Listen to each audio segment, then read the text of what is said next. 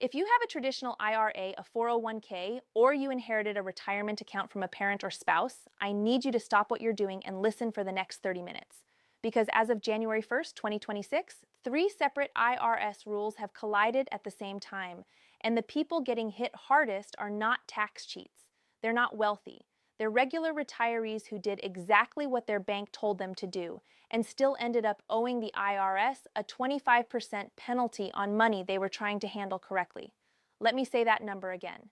25%, not 5, not 10, 25% of every dollar you were supposed to withdraw and didn't, gone to the IRS as an excise tax. On a $15,000 required withdrawal, that's $3,773 in penalties, on top of the regular income tax you still owe. And here's the worst part. The statute of limitations on this penalty doesn't even start running until you file the right form, which means a missed withdrawal from the year 2020, 6 years ago, can still legally be assessed against you in 2026. I'm June, and over the next 30 minutes, I'm going to walk you through the exact 2026 RMD rules, the 3 traps catching retirees right now, and the 1 IRS form that can wipe out the penalty completely, if you know how to use it. Stay with me until we get to the 3rd trap, because that's where I'll show you the rule that makes 2 retirees who withdrew the exact same amount of money pay completely different penalties. One pays 0, the other pays thousands. And the only difference between them is which account they pulled the money from. This is Retirement Tax and Law Pro. Let's get into it. Let me tell you about Margaret. Margaret is 68 years old. She lives in a quiet neighborhood outside Pittsburgh. She worked as a school district administrator for 36 years before she retired. Her late husband Frank passed away in 2022, and Frank had a traditional IRA worth around $480,000. Margaret inherited it. Margaret's financial advisor, a nice man, well-meaning, been in business 20 years, sat down with her at her kitchen table in early 2023. He explained the new Secure Act rules. He said, "Margaret, under the 10-year rule, you have until 2032 to empty this account. You don't need to touch it right now. Let it grow."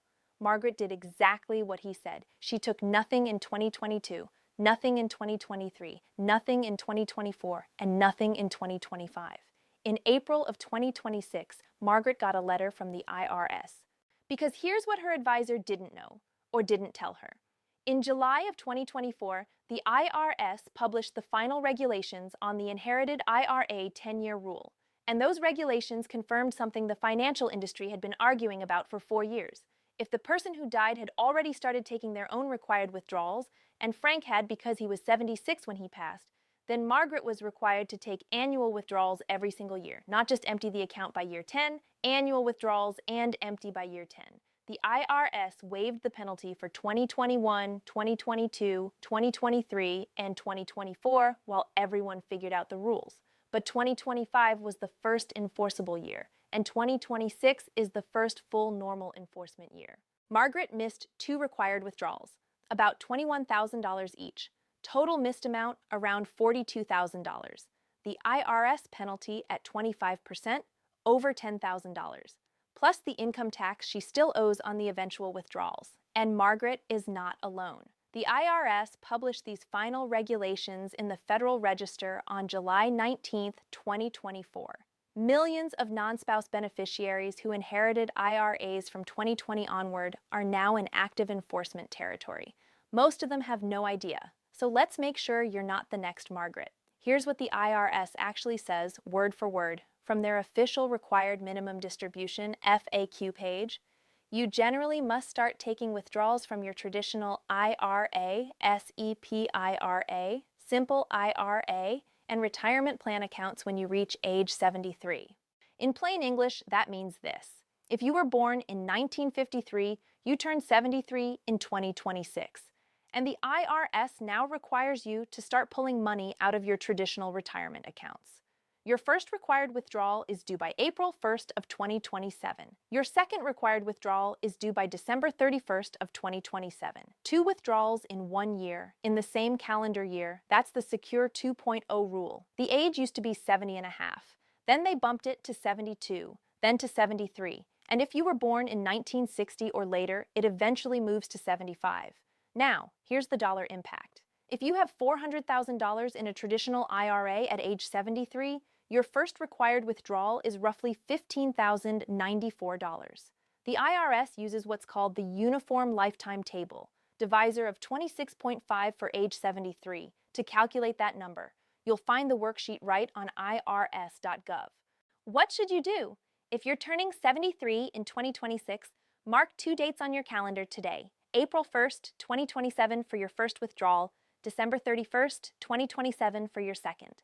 And start thinking about whether you want to take both in 2027, or take the first one in 2026 to avoid doubling up your taxable income next year.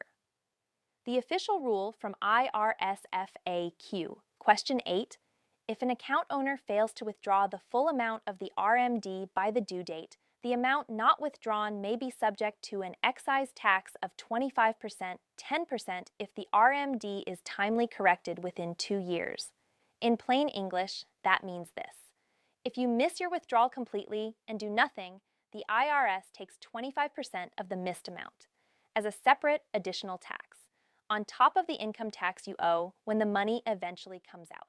But, and this is the lifeline most retirees don't know about, if you catch the mistake within 2 years, fix it, and file the right paperwork, the penalty drops automatically from 25% to 10%. That's the secure 2.0 correction window. Better still, if you can show the IRS that the missed withdrawal was due to what they call reasonable error, the penalty can be waived completely, down to 0. The IRS has historically been very generous with these waivers. What should you do? If you suspect, even a tiny suspicion, that you missed a required withdrawal in any year, take the missed amount out of the account right now, today. Don't wait until tax time. The clock on the 2-year reduction starts running from the original missed deadline. Here's what most retirees and most financial advisors got wrong for 4 straight years. The 2020 Secure Act created what's called the 10-year rule for inherited IRAs. If you're a non-spouse beneficiary, meaning you inherited from a parent, a sibling, or anyone other than your husband or wife, you have 10 years to empty the account. For 4 years, almost everyone in America interpreted that as take it whenever you want, just empty it by year 10. Lump sum at the end if you prefer, stretch it out evenly if you prefer. Your choice, wrong. In July of 2024, the IRS published the final regulations, and they confirmed the harder version of the rule. If the person who died had already started their own required withdrawals, meaning they were age 73 or older when they passed, then the beneficiary must take an annual required withdrawal in years 1, 2, 3, 4, 5, 6, 7, 8, and 9, and empty the entire account by the end of year 10, both, not either or. The IRS waived enforcement for 2021, 2022, 2023, and 2024. 2025 was the first enforceable year. 2026 is the first full normal year. The dollar impact is staggering. On a $500,000 inherited IRA, the annual required withdrawal is roughly $18,000 to $22,000 per year. Miss 1 year, the penalty is $4,500 to $5,500. Miss 2 years, you double that. What should you do? If you inherited an IRA from someone who died in 2020 or later, call the financial institution holding that account this week. Use these exact words. I need to confirm whether I am required to take annual minimum distributions under the final 2024 regulations. Get the answer in writing.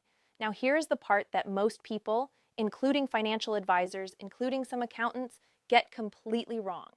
The IRS rule, word for word, from FAQ. Question 5.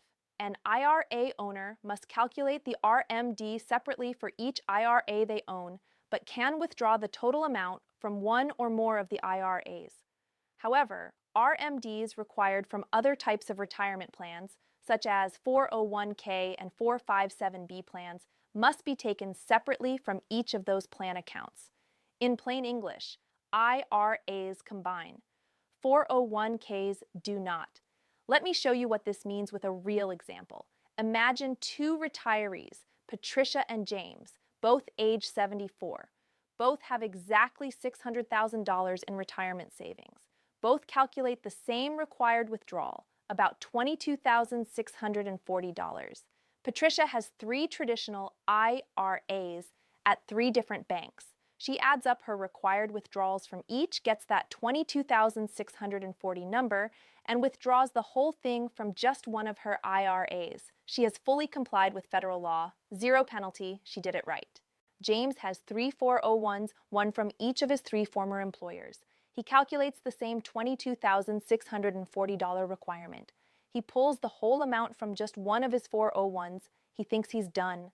He's not done. He has just missed 2 separate required withdrawals, one from each of the other 2 401k accounts.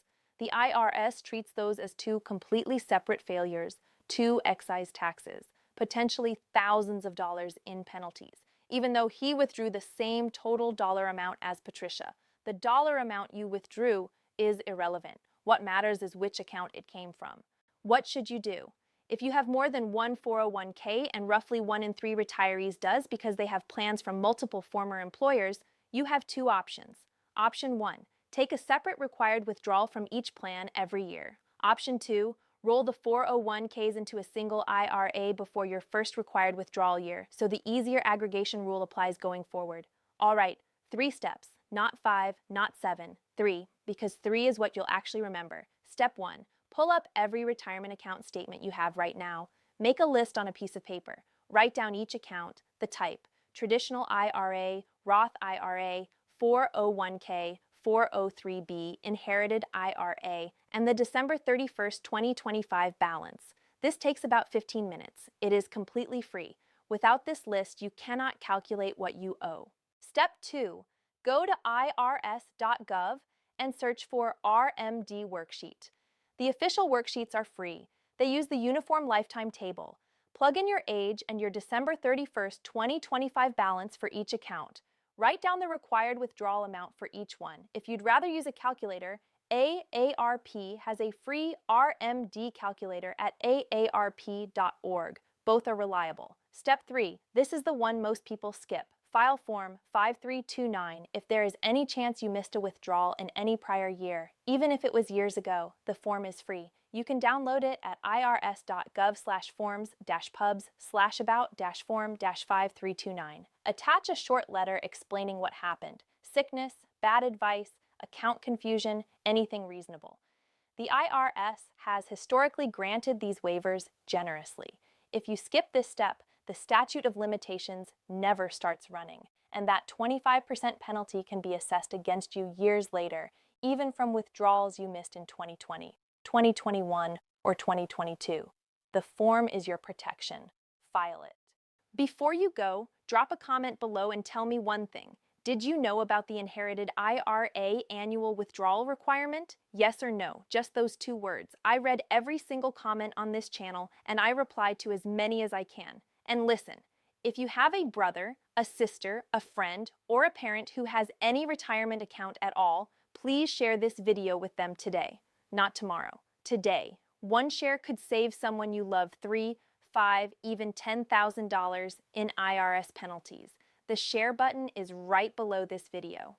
If you're not already subscribed to Retirement Tax and Law Pro, hit that subscribe button and turn on the notification bell. I post new videos every Tuesday and every Friday covering exactly these kinds of rules. The IRS rules, the Social Security rules, the Medicare rules, because they change constantly and you deserve to hear about them before the penalty notice arrives in the mail.